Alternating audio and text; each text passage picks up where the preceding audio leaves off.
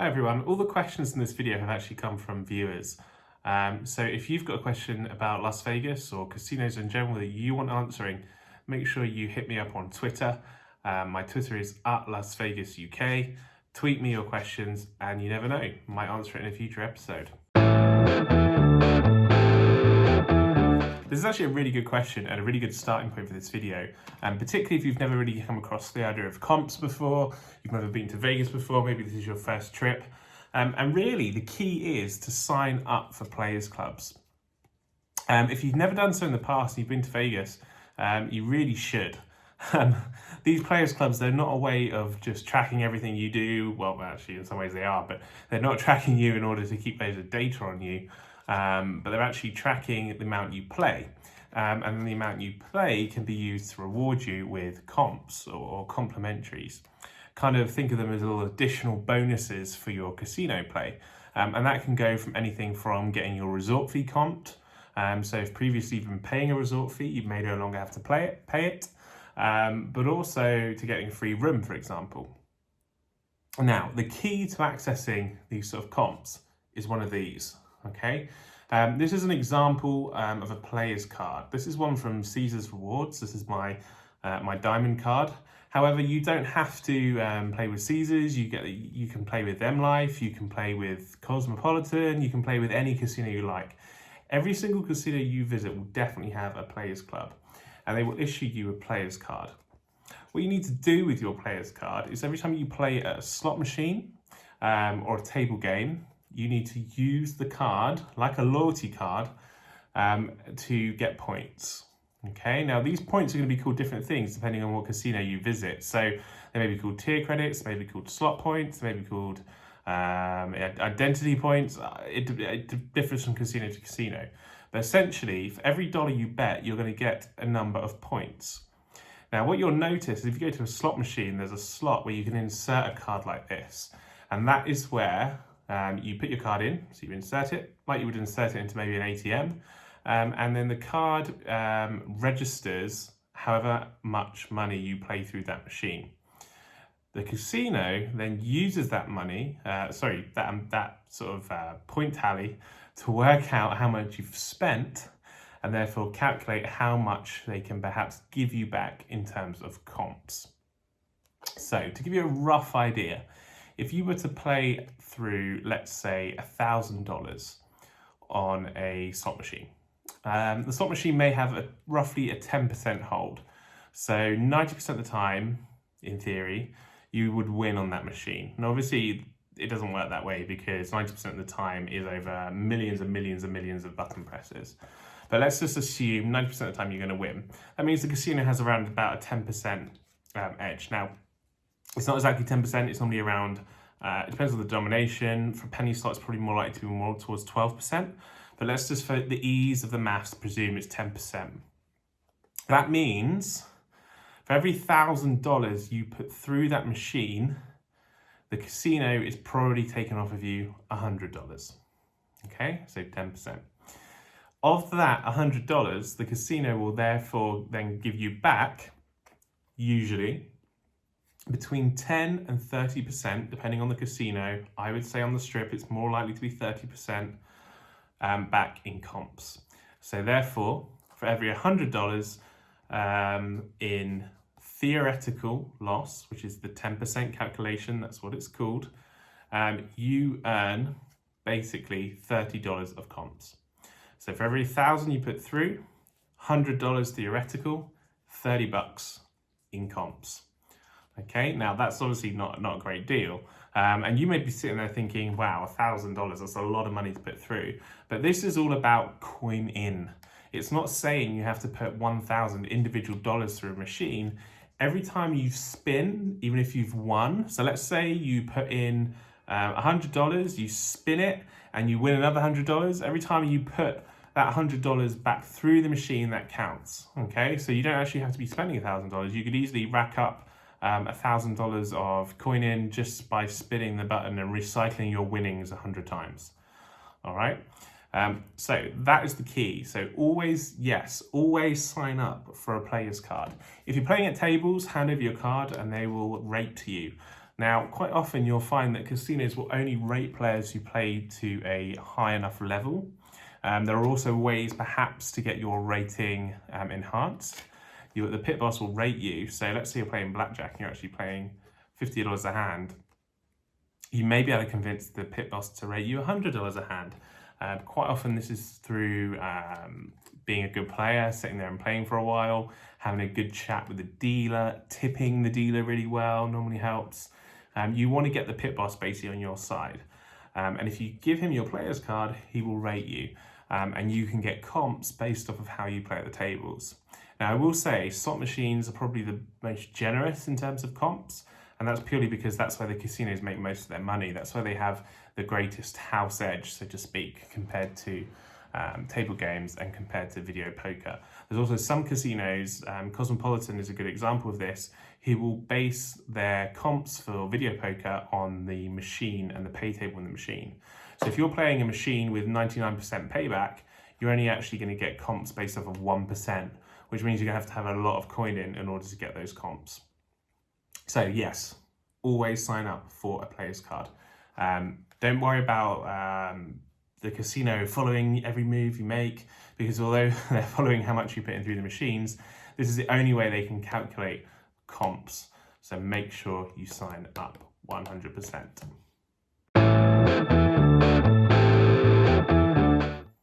Okay, so this is a really good question too. I mean, I get what you're saying. If you don't come to Vegas that much, is it really worth signing up for one of these?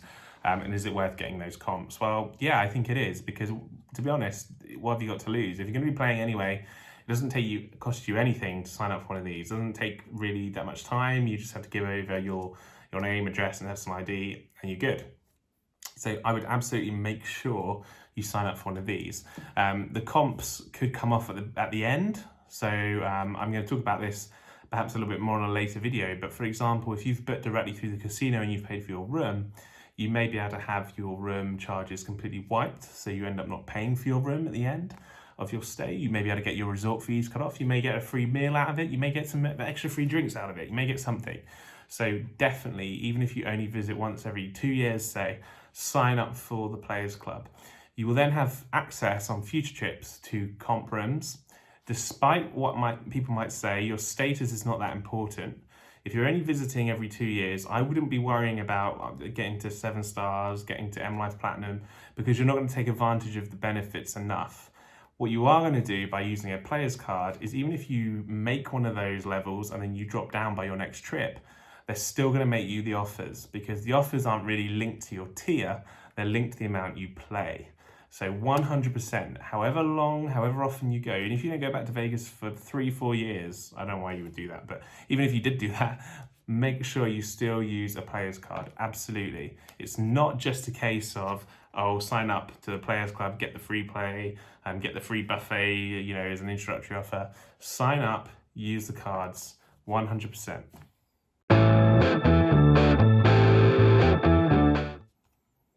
This is another great question, and actually one that can be quite confusing. So quite often, if you've booked an offer with a casino that includes resort credit or food and beverage credit, sometimes it's called, you don't always know where you can spend that credit. And the best piece of advice I can give you on that is you can nearly always ask at check-in, and they will almost definitely give you a list of places you can use it. However, let's pretend you've forgotten to do that. Check-in for some reason is shut down and you can't ask.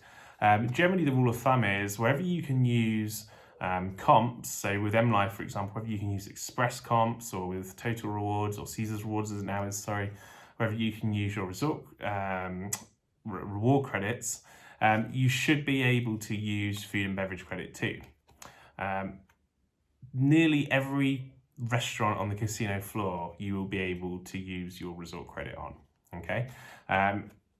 The confusion comes when you have resorts perhaps that have a shopping centre attached to them. I'm thinking like Planet Hollywood here, maybe even Mandalay Bay with the shops in between Mandalay Bay and the Luxor.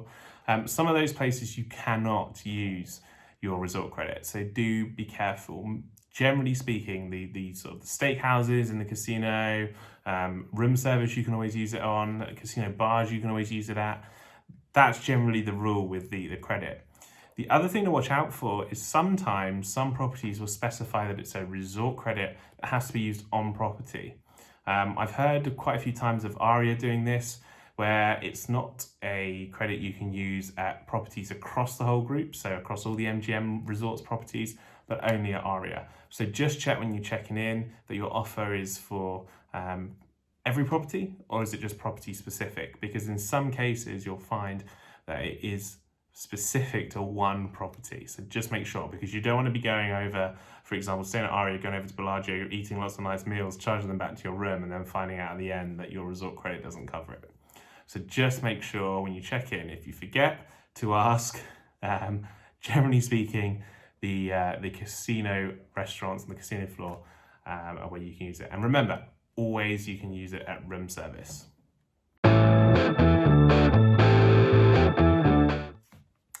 So this is a really interesting question, and one that probably requires a longer and a more in-depth video.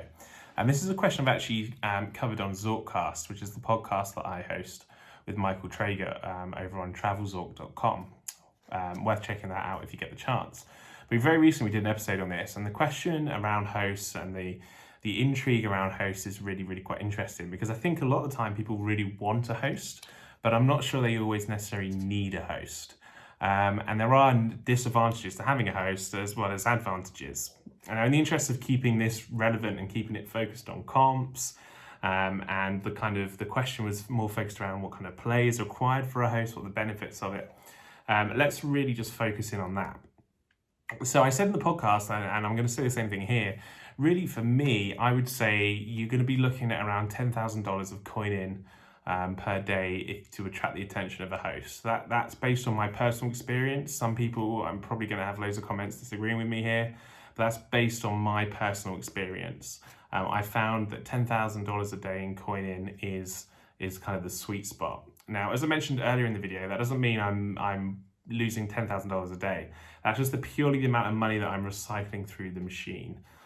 So please don't think I'm going like, this Steve guy's crazy. He's getting all these comps, but he's spending $10,000 a day in the casino, and it's costing him actually loads of money. What an idiot. That's not the case, okay? So I would say that's probably the way to be thinking about it. In terms of keeping track of that, MLife is really good because you can access your coin in almost immediately by logging onto your account on their website. I often check it on my phone when I'm at the casino, and it gives me a really good idea of where I'm at for that day.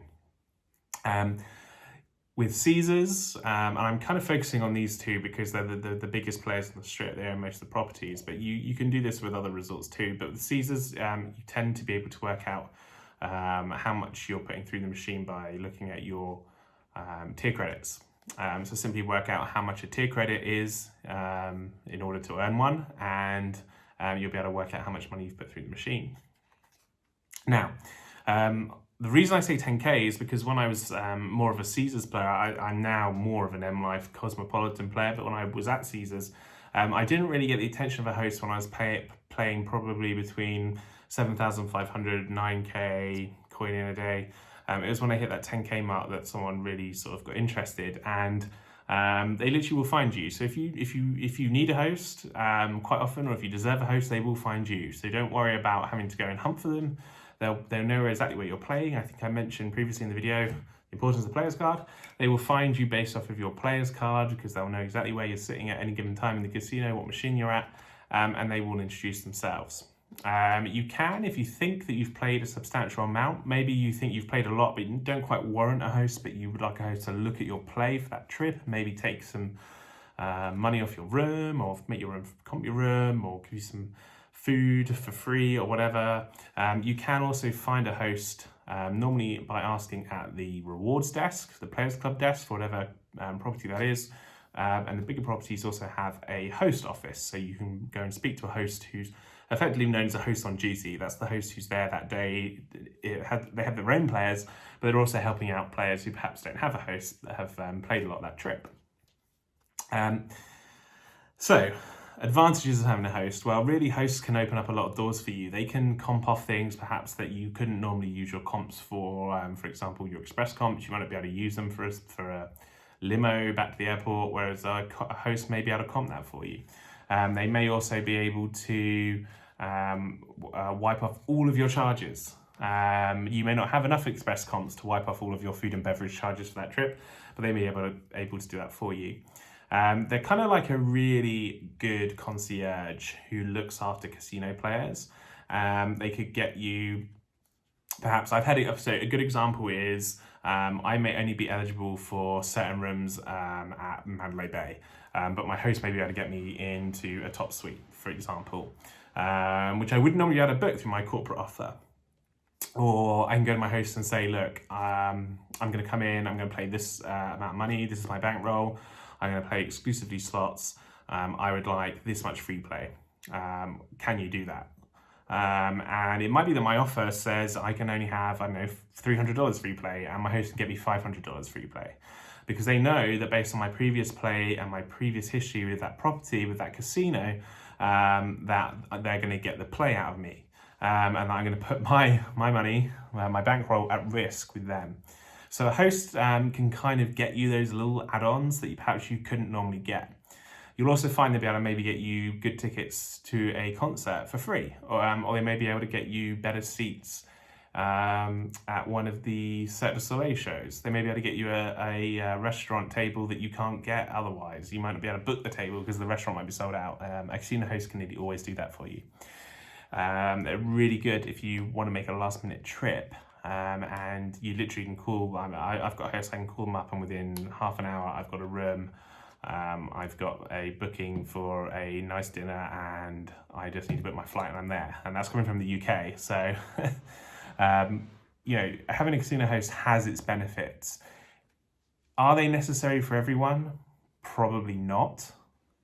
Yes, at checkout, if you need to speak to one, I would say definitely do so, and you might as well try, because you just got to be thick-skinned and realise they may say no, you may have to pay your bill, and that's fine.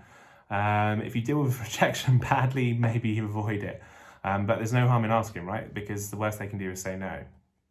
So make sure when you check out, you always ask. You always ask to speak to a host, or ask if a host can review your charges, and ask at checkout, and the checkout lady will normally ring a host on duty and ask for you, or go to the rewards desk or the host office before you check out and ask for that. I would also say that another advantage that's sort of worth knowing about with having a host is